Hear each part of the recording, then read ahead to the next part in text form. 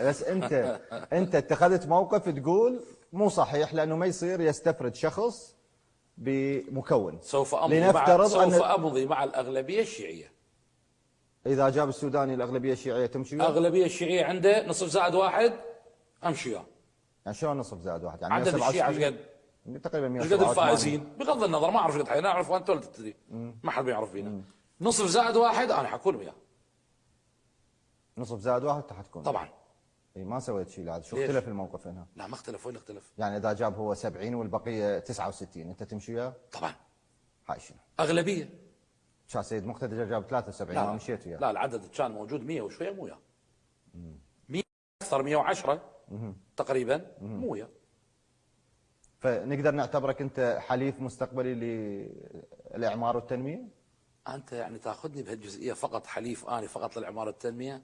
أنا قريب من الكل، حليف وشريك وصديق، وأعلنت لا ماكو قريب. في عدد اسمح لي وعدد من اللقاءات السابقة نحن ندعم السيد السوداني ونعتقد ونؤمن أنه كان رجل مرحلة مهمة أبعد العراق عن قضايا مشاكل بالمنطقة كبيرة، وقدر أن يسوي حركة إعمار، وقدر أهم قضية علينا أن الآخرين مصلحتهم أن يأخذون هذا النجاح في الإطار.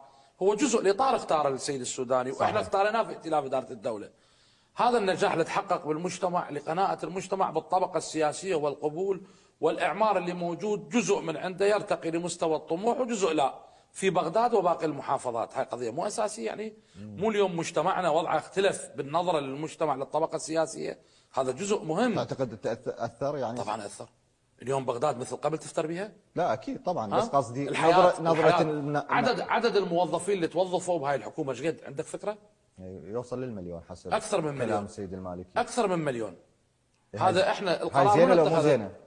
بها حاله ايجابيه وبها سلبيات. الايجابيه اللي بها العراقيين حقهم على الدوله. اي الوضع الاقتصادي يجب عنايته وتعظيم الايرادات في شان اخر. بها ايجابيه يعني اصوات انتخابيه. لا القرار من اتخذ ما اتخذ من عندك. لا استاذ غزوان، بعد تشكيل الحكومه صار قرار من الكل، يجب ان نتحمل المسؤوليه جميعا. اي محدود. قرار من الكل من ائتلاف اداره الدوله، وانا اعرف لا اتكلم. 400 500 قال لا استاذ لا استاذ. اتفقنا على سعر الصرف. الكل وافق على تغيير سعر الصرف. ال 132 طبعا الكل وافق، وطرح السيد رئيس الوزراء ووافقنا في ائتلاف. كان انا عندي راي فقط انه يحتاج ان نعالج هذا الموضوع. كنا وافقنا لانه كان الظرف بمظاهرات بمواقف متشدده من الحكومه، والظرف خطر بالبلد. مردنا البلد يروح لحافه الهاويه. عدد الناس المتظاهرين على التعيينات والرعايه الاجتماعيه، هاي كلها كانت اشياء تحتم علينا ان نسوي بعض القضايا اللي تخدم المواطنين وفق السياق اللي تشوفه الحكومه اللي ما يتعارض وياه. ورئيس الوزراء تحمل وزر ذني وعمل بهن، واحنا دعمناه بهذين الفقرات جزء من العدد. فخاف احد يقول انا ما قابل عليهن، هذا الكلام.